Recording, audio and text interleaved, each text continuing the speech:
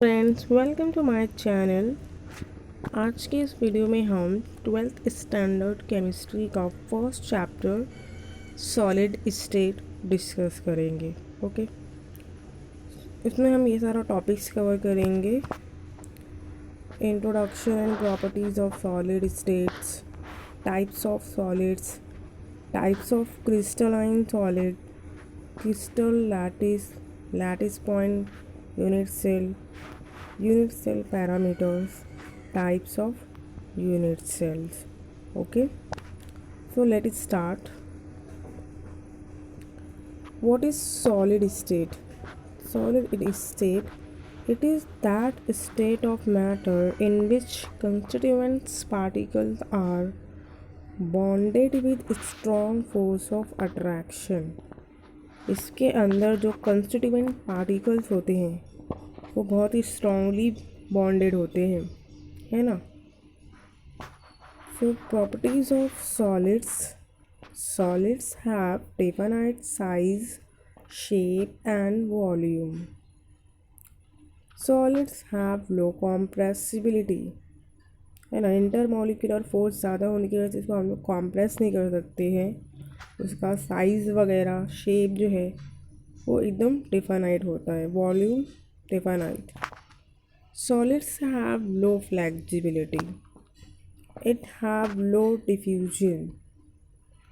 Solids have high melting point, है ना। Intermolecular force ज़्यादा है, मेल्टिंग पॉइंट बहुत ही हाई होता है सॉलिड्स का। Solids are conductors of heat and electricity.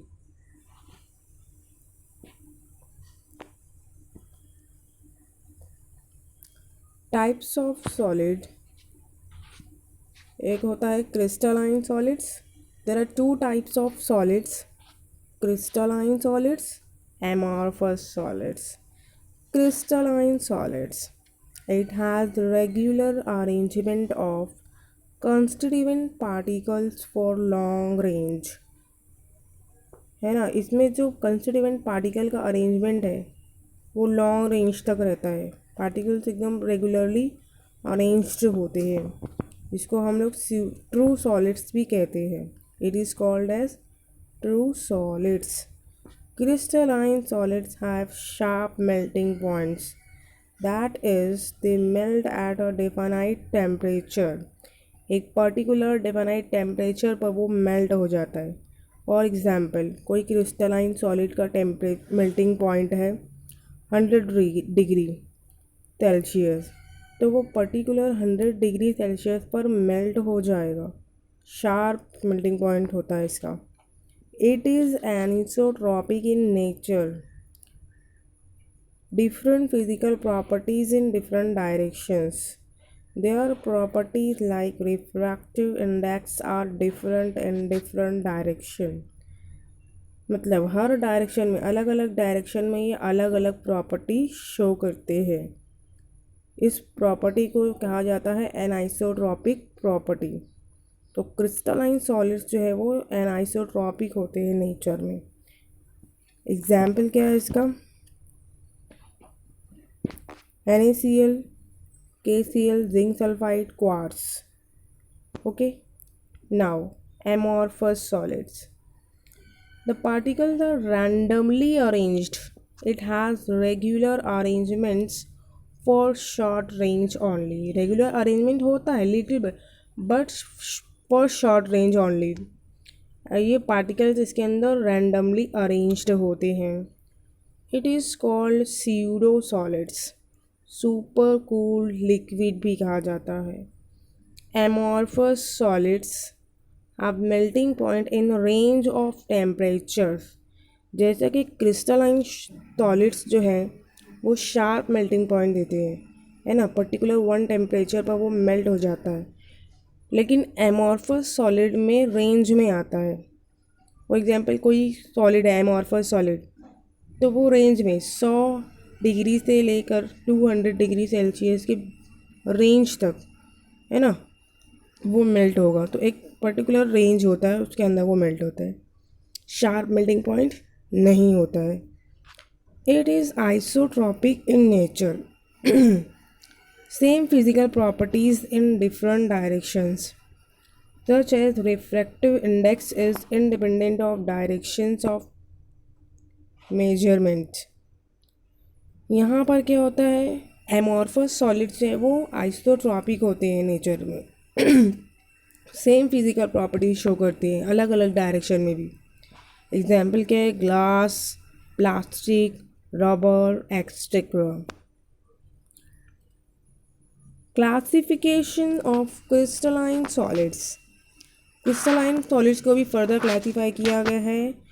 Crystalline solids are further classified into 4 categories: ionic solids, covalent network solids, molecular solids and metallic solids.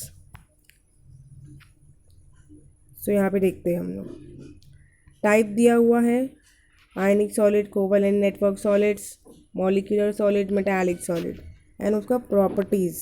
Okay, ionic solids में particles of unit cell कौन होते हैं?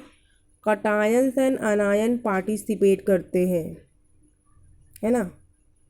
Inter particle forces, particle के बीच में कौन सा force होता है आयनिक सॉलिड में? Electrostatic force of attraction. Hardness, ये बहुत हार्ड होते हैं एंड ब्रिटल होते हैं, हार्ड एंड ब्रिटल.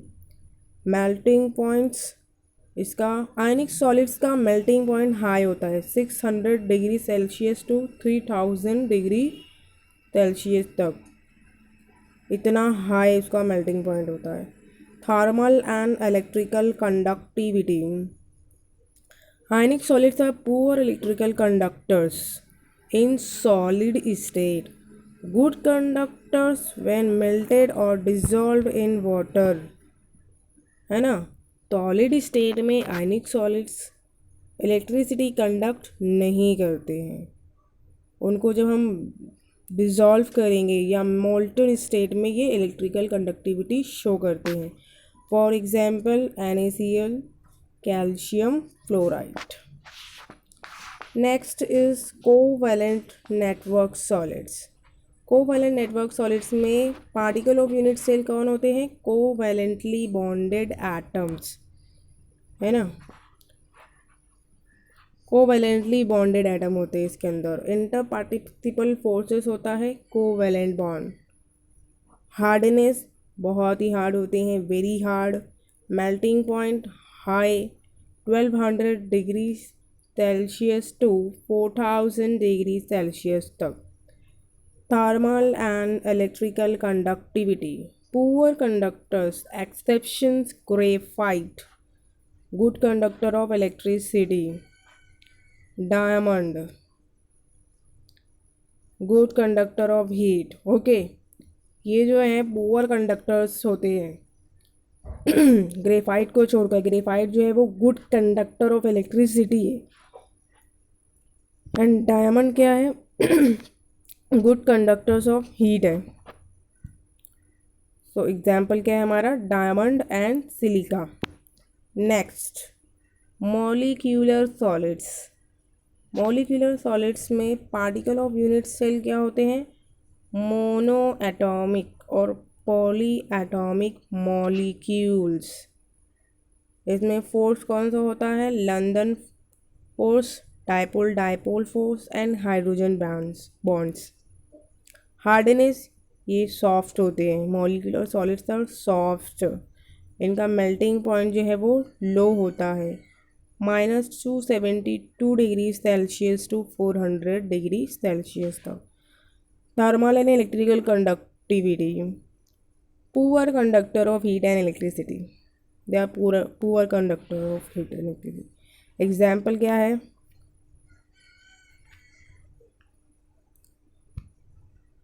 एग्जाम्पल है ice benzoic acid. Okay, now the fourth type of crystalline solid is metallic solids.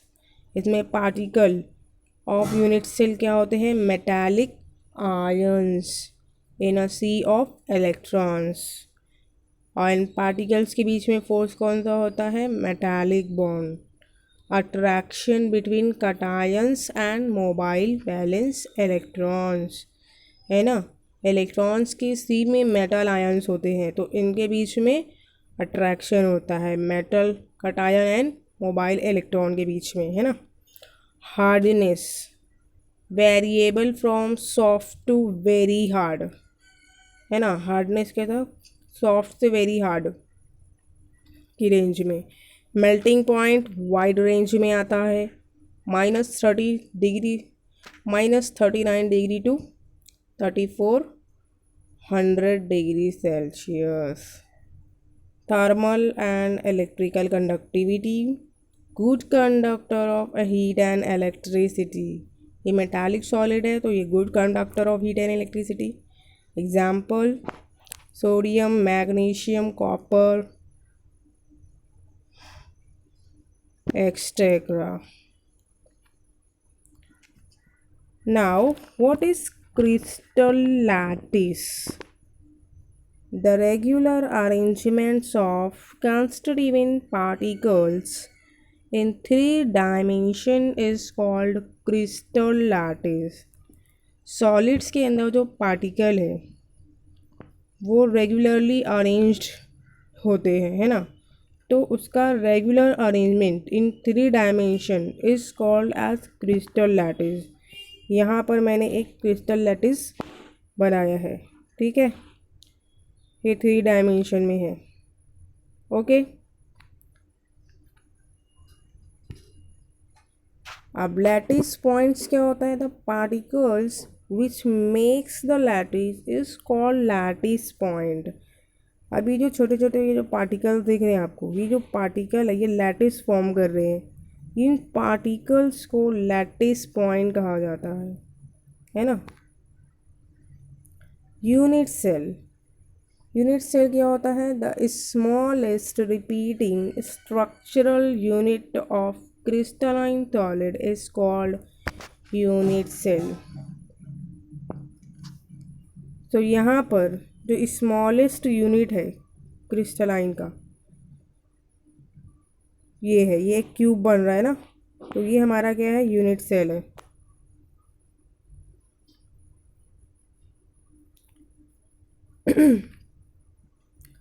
Unit cell parameters, unit cell parameters मतलब उसका length वगैरह एंगल वगैरह जो भी है वो क्यूब का, यूनिट सेल का।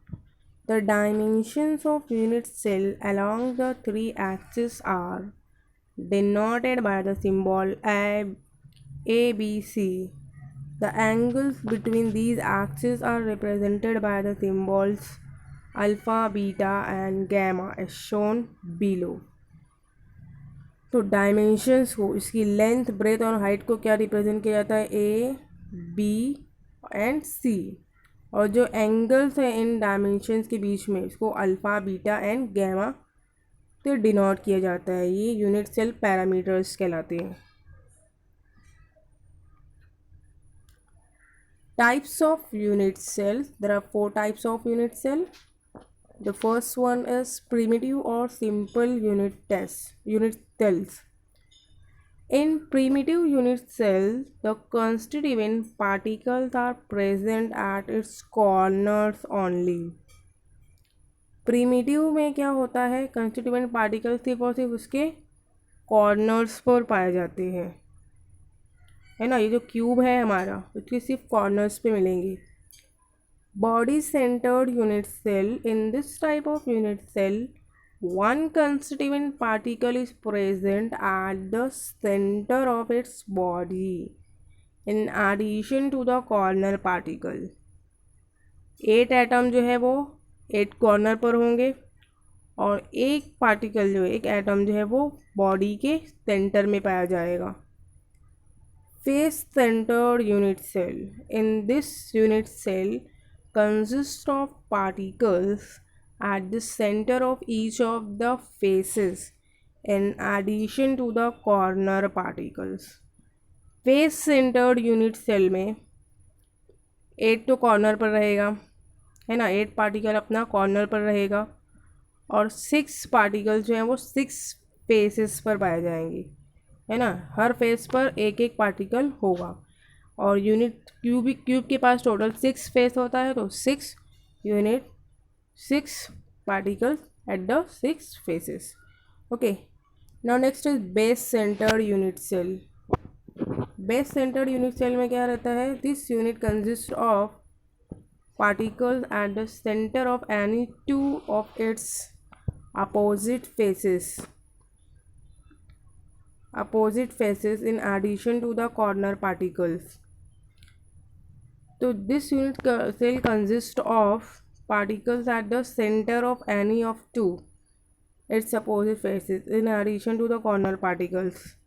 मतलब 8 एटम अपना कॉर्नर पर रहेगा और 2 एटम जो है वो कोई भी 2 फेस पर होगा, है ना, या तो अप एंड बिलो वाली फेस पर होगा, या तो फिर राइट और लेफ़्ट वाली, या आगे पीछे वाली में से कोई भी 2 फेसेस पर पार्टिकल्स होंगे. Okay, thanks for watching.